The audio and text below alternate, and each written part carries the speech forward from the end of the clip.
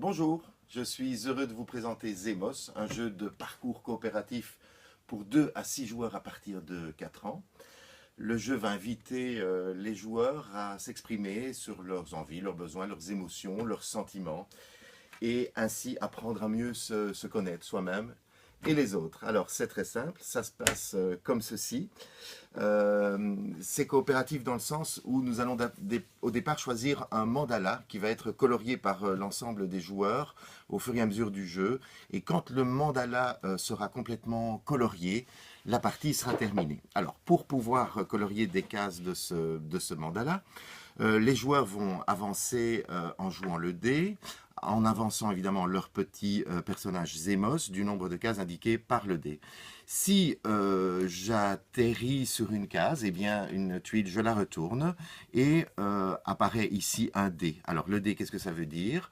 Le joueur joue le dé et pioche une carte. Évidemment, l'adulte va la lire, pas l'enfant de 4 ans, et il est écrit ici ce que tu aimes manger. Comme le joueur a fait 2 au dé, il va dire 2 choses qu'il aime manger.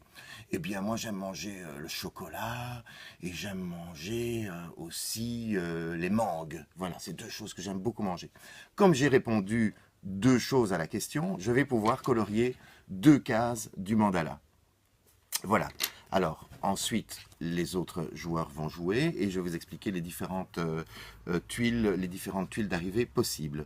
Ici, c'est un miroir. Si un joueur atterrit sur un miroir, que va-t-il faire? Il va prendre la carte sans la montrer aux autres, regarder l'émotion qui est illustrée sur cette carte et essayer de la faire deviner aux autres.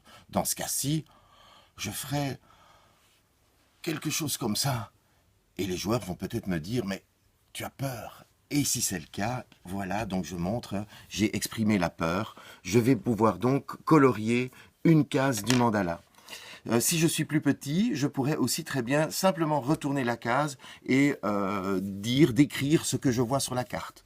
C'est l'occasion pour les adultes ou pour les parents, pour les autres joueurs de me poser des questions sur dans quelle situation moi j'ai peur et qu'est-ce qui me fait peur, etc., etc. Donc je vous dis, toujours créer des ponts et créer des liens et exprimer des choses qui nous concernent.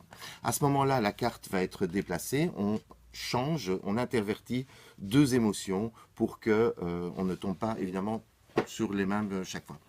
Alors, autre case possible, ici on arrive sur une tuile qui nous invite à dire un mot rigolo, que ce soit un mot qu'on invente ou un mot qui existe. Ça pourrait être aussi un gros mot. Voilà, et donc je réponds, je dis un mot, à ce moment-là, le joueur peut colorier une case du mandala.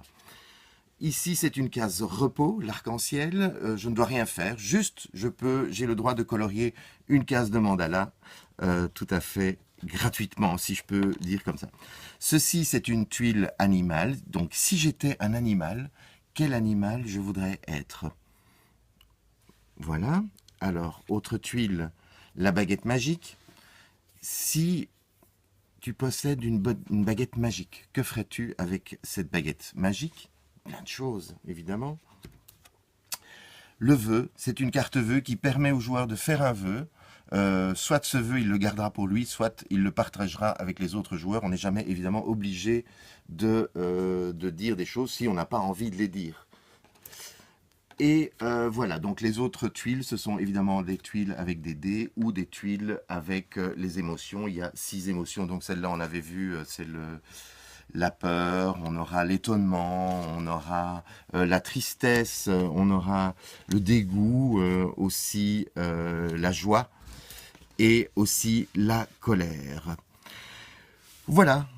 Alors, c'était donc Zemos. Je peux aussi vous dire que ce jeu a été illustré par Thierry Van de Putte et que c'est un jeu édité aux éditions, toutes jeunes éditions Zébulon. À bientôt!